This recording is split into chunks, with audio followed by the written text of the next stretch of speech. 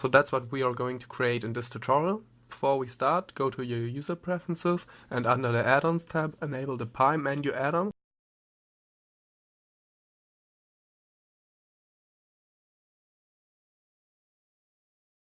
Because then if you press tab, you get this menu and you can choose more easily between the different modes.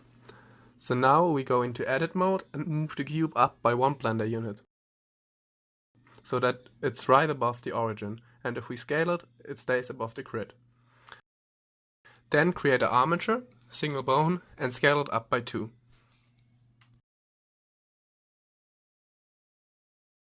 Then tap into edit mode and give it 2 subdivisions.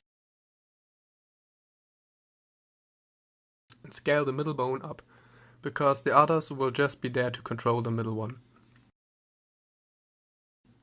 We are going to hide the cube for now and try to create an armature system like that, where we only have to animate the bone on top to get all the motion we want. And because we are using bendy bones, you need to change the bone type to B-bone, because in octahedral the bendy bones aren't displayed properly. So before we set up our constraints, let's clear all the parenting in edit mode.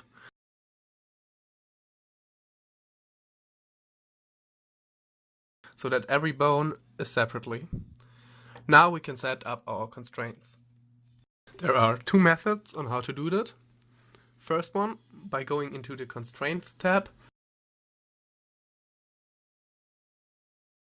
and add the constraint we want and define the target armature and bone.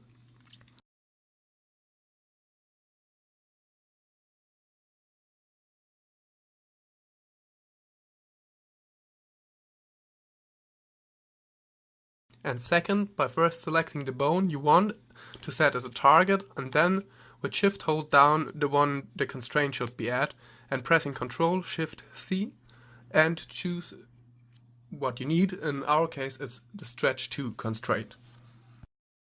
The same thing again with the bottom one, and select copy location and set the offset, because then they are not intersecting. And make sure the copy location comes first by clicking the little arrow. So now that's correct. But for this type of bending we still need the bendy bones. So let's make the middle one bendy by going to the Bones tab and under Bendy Bones, change the number to 12 or so. Now you see not much has changed, because the rotation is still missing. To fix this problem, we need to set an start handle as well as an end handle. For it to bend properly, we have to set the type to tangent for both. Then look up the name for the bone one and set it as the start handle, and the same with the top one as the end handle.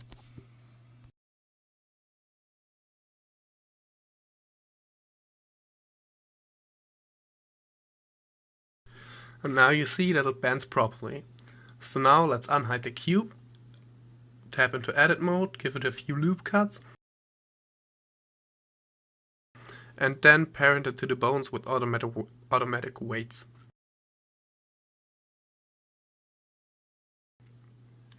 But as you see, we still need to vein paint it. So first select the armature, then the cube, and tap into edit mode.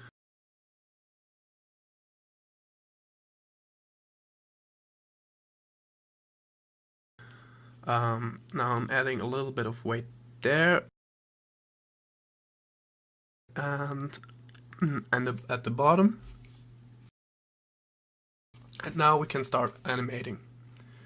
Pretty simple. I'm not going to explain it, but in my upcoming beginner series of 2.8 I will.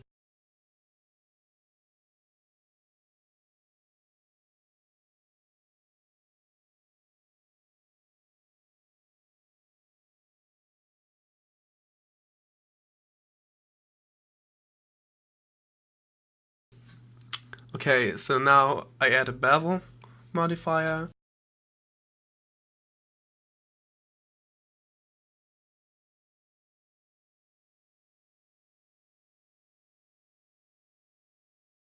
give it 2 segments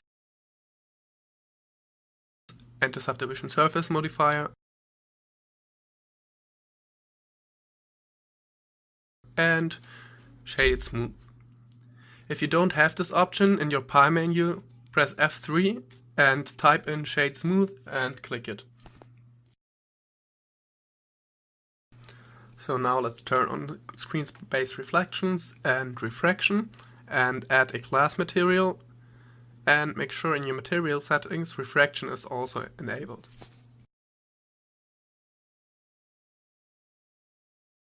For the background, let's quickly add a plane,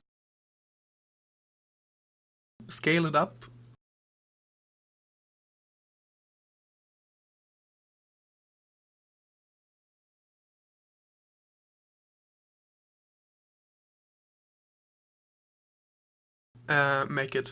make the light blue,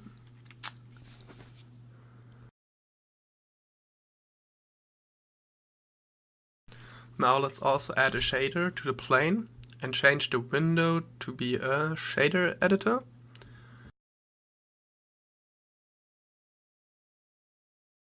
Add in a noise texture.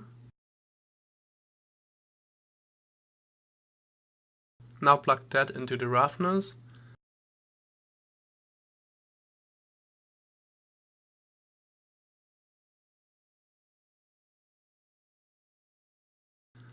Then I will add a color ramp, plug the color into the factor and the color into the color,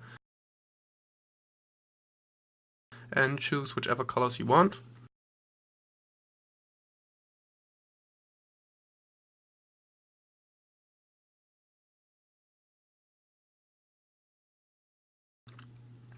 And then I will also duplicate the lamp.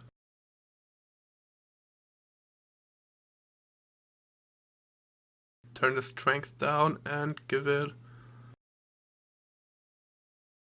like a red color. Yeah, so there you have it. If you found this tutorial helpful or something, feel free to like it. And this loop is what we are going to create in the next tutorial, so if you're interested in this, click the subscribe button and see you next time. Bye!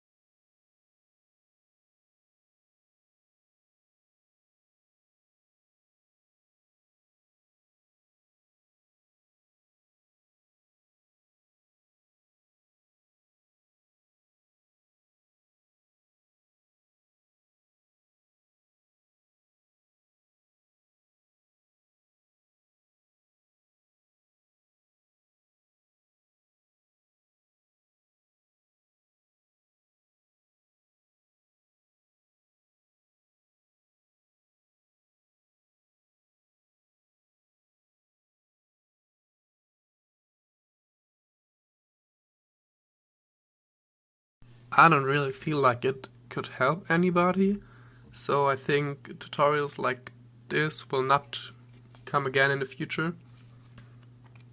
Yeah, maybe it does. We will see.